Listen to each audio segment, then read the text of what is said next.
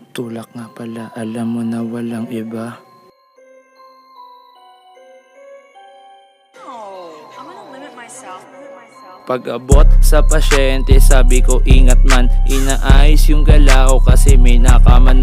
Hanggat aking makamtam, pero dapat hustle hard. Dahil sa anak ko gumana na ang aking heart. Pero di ko pinansin aking nararamdaman.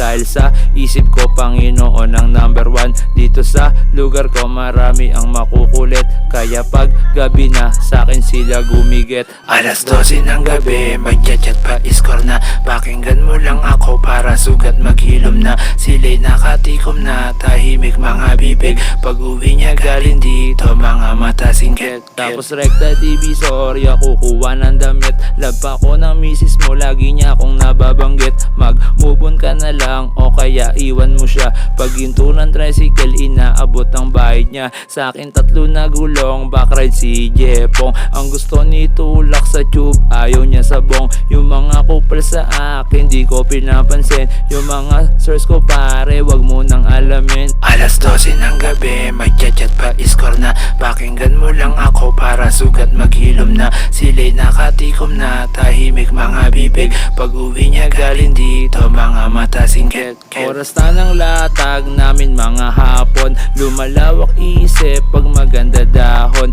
Pilit umaahon, minsan ay lumulubog. Dahil sa mga scorer, pamilya ko busog. Sila ay natutuwa pag ako nagtutulak. Salamat pala kay Doc, ganda ng aking sulat. Nagpo-focus lang ako sa sariling gera ko. Di pwede malaman source ko, sa aking daan ng pera mo.